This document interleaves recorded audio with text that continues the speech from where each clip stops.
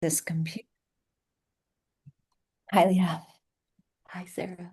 I'm really excited that I get to talk to you today. Everyone, this is my dear friend, Leta Arndt Behrens, and she is a pastor in Fort Collins, Colorado. And for me is an example of someone who has been navigating this midlife adventure.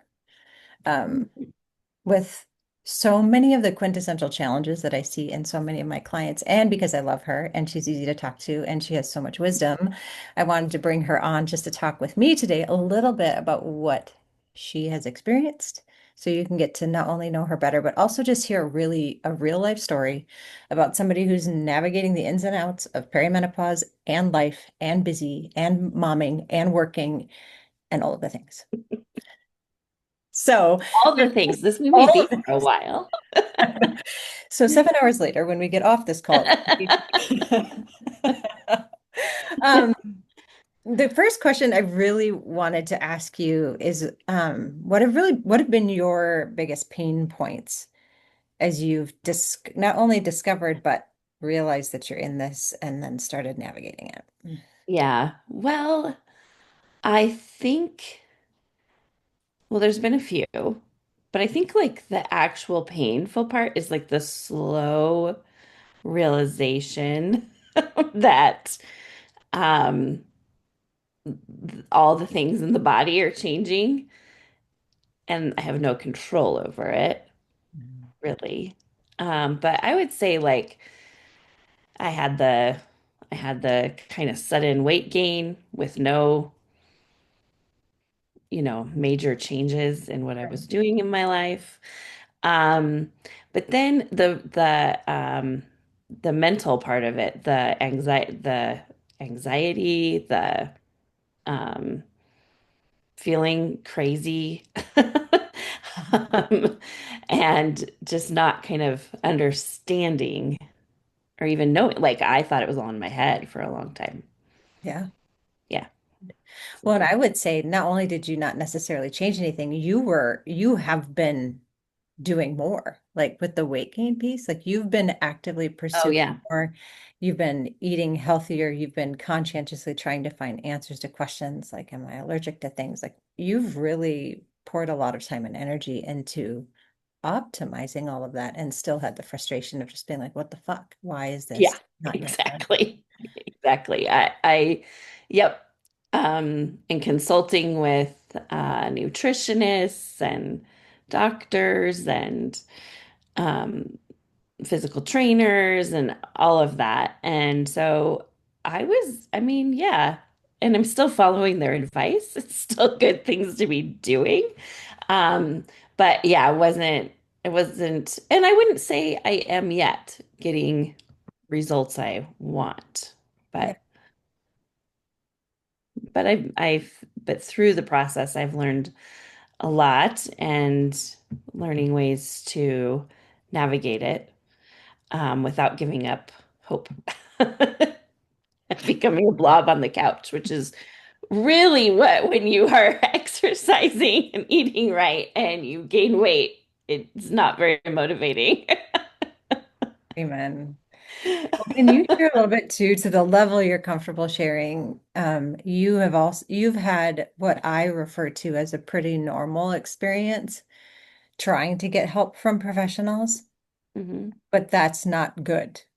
Right, Has not right. been seamless. Do you mind sharing a little bit just about like how that went when you started actually trying to talk to providers about what was hmm happening?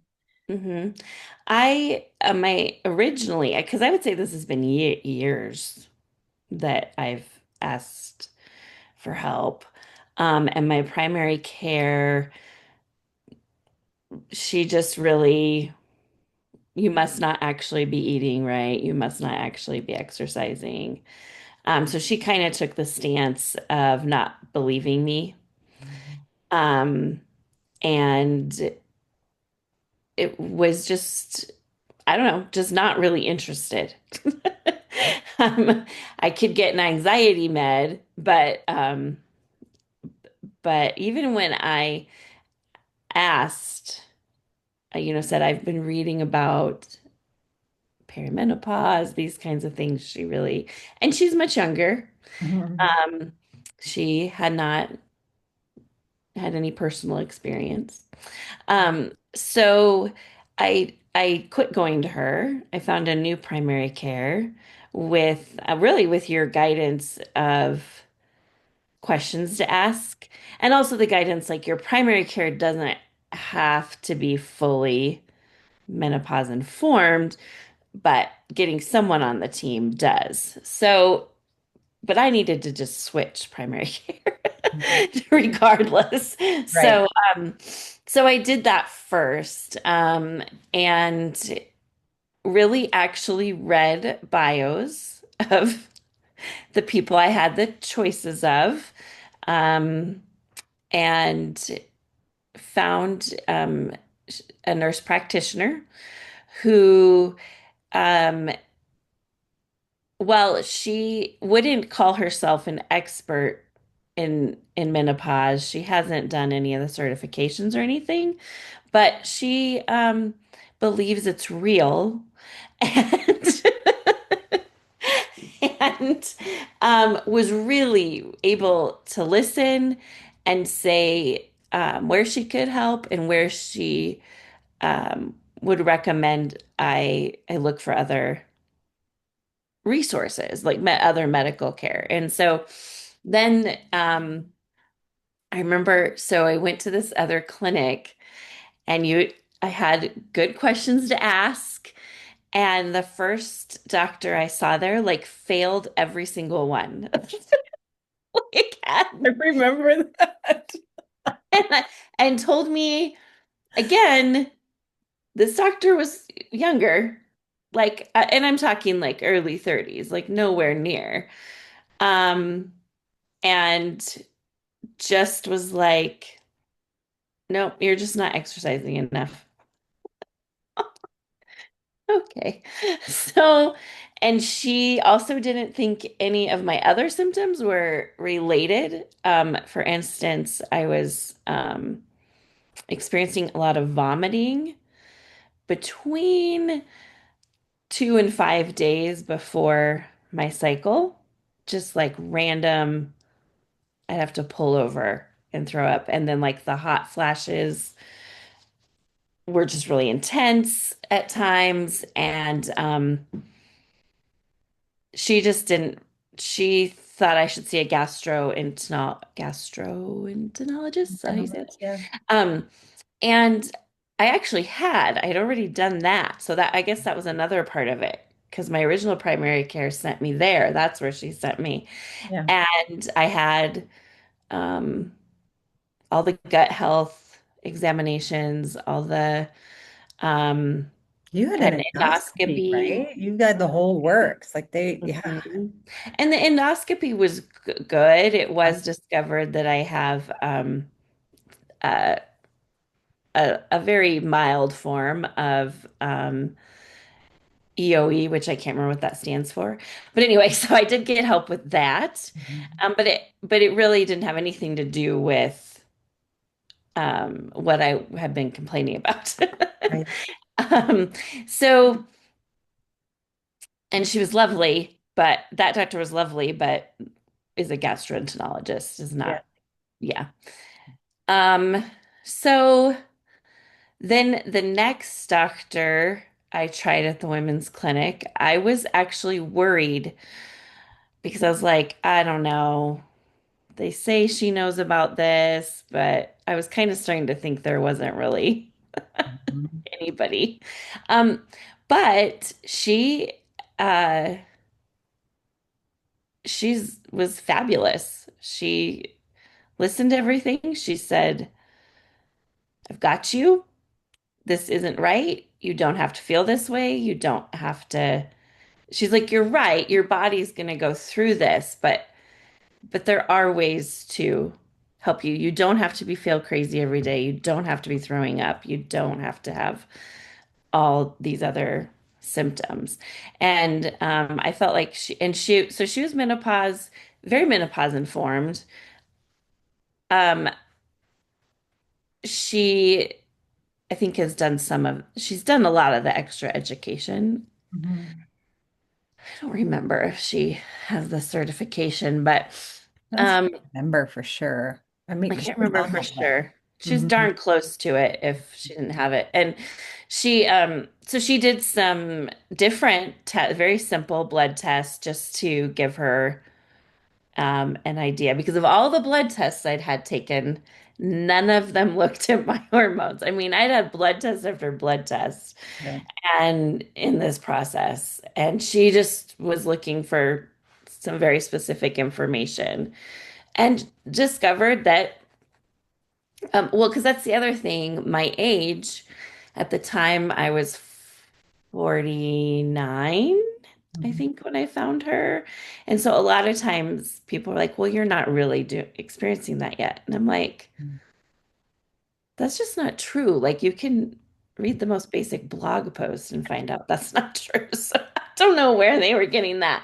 Mhm. But she yeah, so we discovered my progesterone was pretty low and um so I have this little low dose of progesterone and all the anxiety symptoms came way down, the vomiting stopped. Um, you know, the cycle symptoms just all kind of went to a very mild baseline level. Yeah. Um, but she was very clear to say, this, we'll see if this works. Mhm. Tell me if there's no change, follow up with me. She's like, and it won't work forever. So Right. Just when you figure something out, sometimes it's just like totally, you have the yeah. frame. I think that's a piece of walking alongside you with this for the last few years. And you and I are both in the same, like we're the same age.